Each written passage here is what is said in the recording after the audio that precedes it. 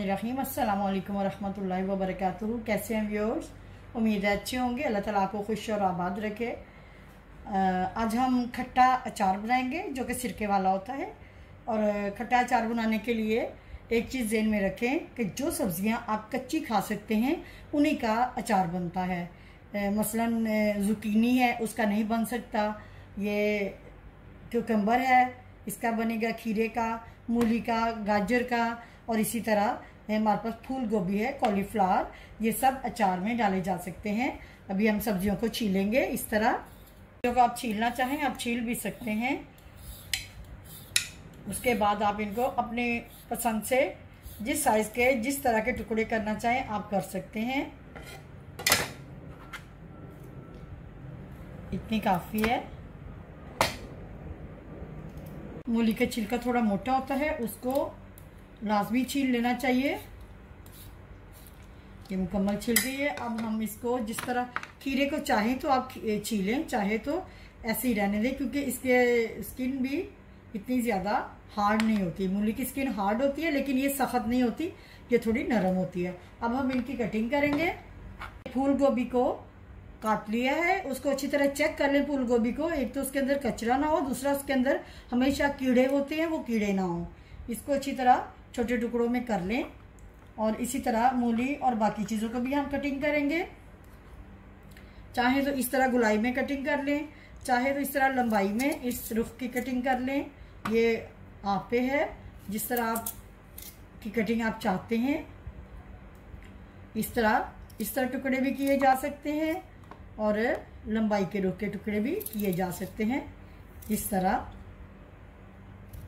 ये एक के दो इस तरह। अभी आप पे है कि किस तरह की आप कटिंग इसकी पसंद करते हैं। इन स्टाइल की कटिंग मैंने कर ली है। ये दरमियाने साइज के टुकड़े हैं, ये लंबाई के रुख के टुकड़े हैं और ये क्यूब्स की शक्ल में है, क्यूब्स मूली के। तो इसी तरह हम खीरे को भी काटते हैं। पहले हाफ करते हैं। आप चाहें तो आप इसका भी इस तरह गोल राउंड में स्लाइस काट लें, चाहें तो इसका भी लंबाई का रुख जिस तरह आप चाहें आप इसके टुकड़े काट लें। और अगर चाहें तो ये बीज अलहदा कर लें इस तरह सेंटर से, और चाहें तो बीज साथ ही रहने दें। आप चाहें तो खीरे के भी इस तरह मज़ीद पतले स्लाइस कर लें और इसके बीज निकाल लें, और चाहें तो बीज इसी तरह रहने दें, कोई फर्क नहीं पड़ता। इसी तरह गाजर है,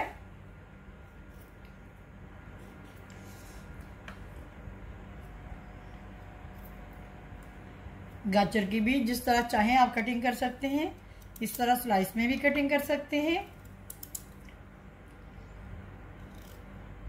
ये गाजर भी ऑरेंज कलर वाली है, असल कलर जो रेड कलर का होता है वो गाजर नहीं मिली।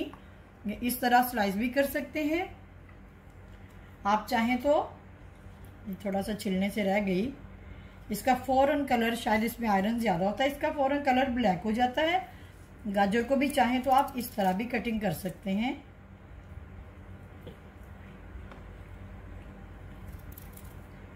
इस तरह,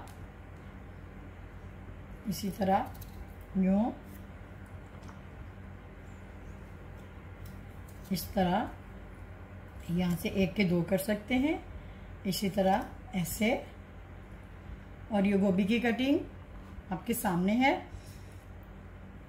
मज़ीद गाजर के हम टुकड़े कर लेते हैं।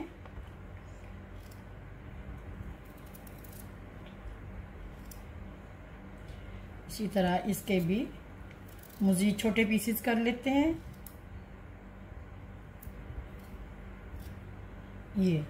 अब ये सारी मिली जुली सब्जियां हमारे पास पड़ी हैं।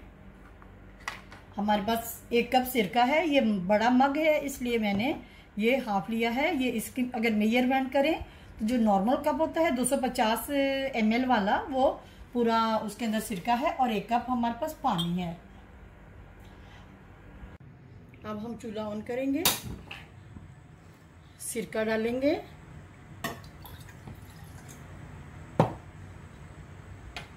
इसमें 1 टीस्पून नमक,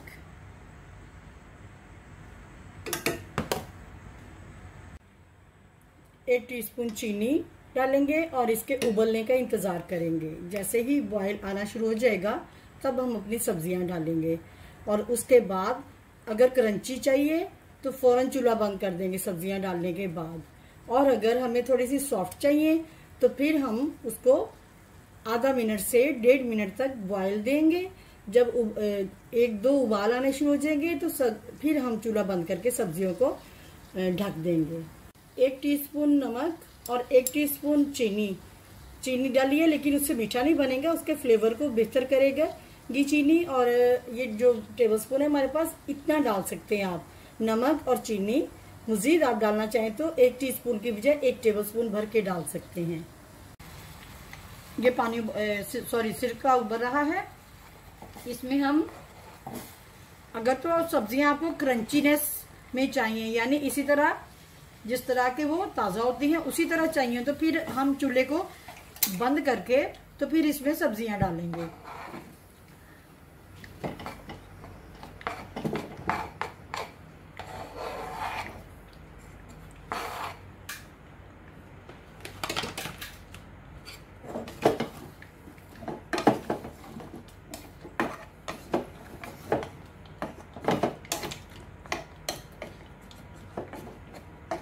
इस तरह सब्जियां डाल के हम इसे कुछ देर के लिए ढक देंगे, लेकिन इसे ढकने से ये सौगी नहीं होगा। कुछ देर मतलब इसकी गर्माई ज्यादा देर कायम रहेगी, इसलिए ढका है, वरना ये अचार सौगी नहीं होगा। अगर आपको अचार को थोड़ा सा नरम बनाना है, गाजर थोड़ी सख्त होती है, इसी तरह फूल गोभी थोड़ी सख्त होती है, अगर चबाने का मसला है तो फिर इसको 1 मिनट इसको सिरके में पकाएं।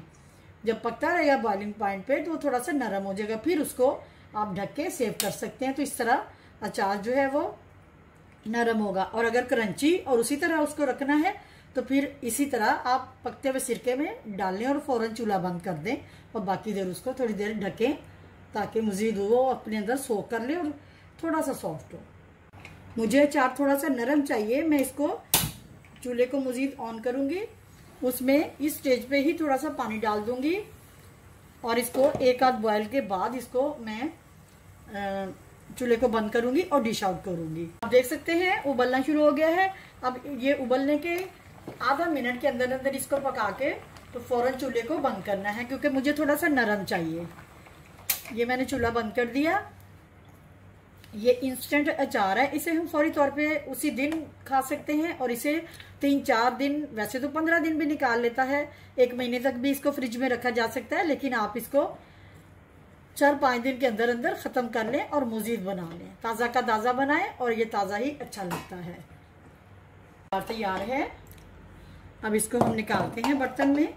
इसी कंडीशन में आप इसे किसी बोतल में भर के रख सकते हैं। ये सिरके वाला अचार तैयार है।